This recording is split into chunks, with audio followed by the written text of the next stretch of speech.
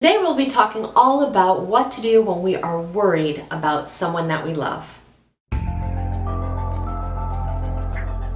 Welcome to another video. For those of you who are new here, my name is Nina and I'm a life coach that specializes in personal development. In this channel, we talk about everything having to do with our emotional well-being and living our most awesome life possible. So if you aren't already a subscriber, please take a moment and become one. We definitely want you to stay connected. So like I said, today we're going to be talking all about what to do when we are worried about someone that we really care about. It's a very difficult situation to be in because oftentimes it's really more painful than if we were to be going through that same experience ourselves. The problem is that even though our emotional energy is so well intentioned, a lot of times it actually ends up worsening the situation. Many times we care more about what is happening than the person that is actually involved, and we are more worried than they are. And also, a lot of times our worry causes more stress and more aggravation to the problem, which is horrible to think about because we are talking about someone that we care just so much about. So today we're going to talk about all the ways that we can actually be more productive with that worry and what we can do instead. So the first thing that is very important to do is to bring ourselves back to the present moment. So a lot of times when we feel this anxiety and worry, we are not thinking about what is happening in this moment.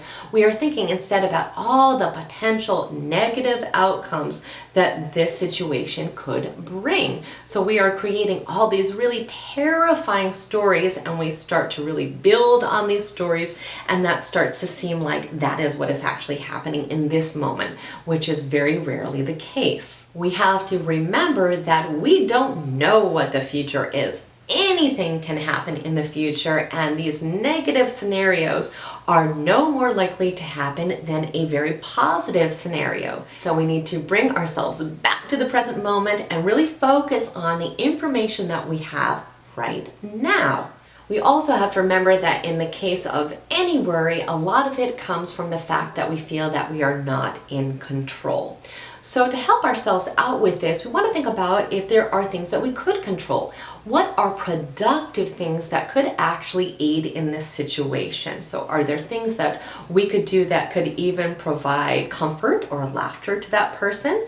Or are there things that we could do to actually help them out? Could we watch their children? Could we watch their dog? Could we bring something to them? And if it's possible, go ahead and ask what those specific things might be. They may be able to help us think of things that we haven't been able to think about. And of course, if that's not possible, if we're really thinking about a child or someone else who isn't able really to communicate effectively, we might be able to put ourselves in their shoes and think about what could be potentially helpful. And there is something that we can put that energy into, because when we have that anxiety, we have all this emotional energy that needs to be directed somewhere. So if we can direct it into something that could really actually help that person, that is the best case scenario. Something else that's really important to do is to really talk to ourselves, use self-talk to help ourselves understand that no matter how difficult this situation is and how consumed we are by this situation, this is still only one aspect of your life or of their life. There are so many other things that will happen in your life, and think about all the things that have happened already. We have survived all the different things. If you were standing, you have survived everything so far. So even though this seems really, scary at this moment, we have to understand that this is just one more little stepping stone in our life that we will get through no matter what the outcome of this situation actually is. And if you are feeling really consumed by the situation, you want to make sure that you are helping yourself out by coming up with different distractions or, self-care techniques that help provide you some relief or some comfort for yourself. You also have to understand that it is not selfish to think about how this event or this situation is affecting you. You are suffering some kind of consequences from this, and you want to make sure that you have an understanding of what that is so you can again practice self-care. care. It is very common to ignore our own needs when we're so focused on other people. And again, it comes from a very noble place. But remember that you have to take care of the tree if you want to be able to take care of all the leaves of that tree. So you want to make sure that you are staying emotionally healthy yourself so that you are best able to offer help to the people that you care about. So these are all the things to consider when you feel that worry for the people that you love, which I can greatly sympathize about because I really know how painful and how consuming it is when people that you love are going through troubling situations. So offer yourself the support that you need and see how you can best support other people.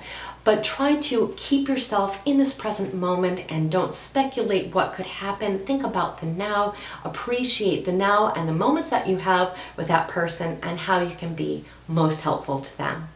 So I hope this video was a resource for you, and if it was, please give it a thumbs up and share it with someone else who may need to hear this message today.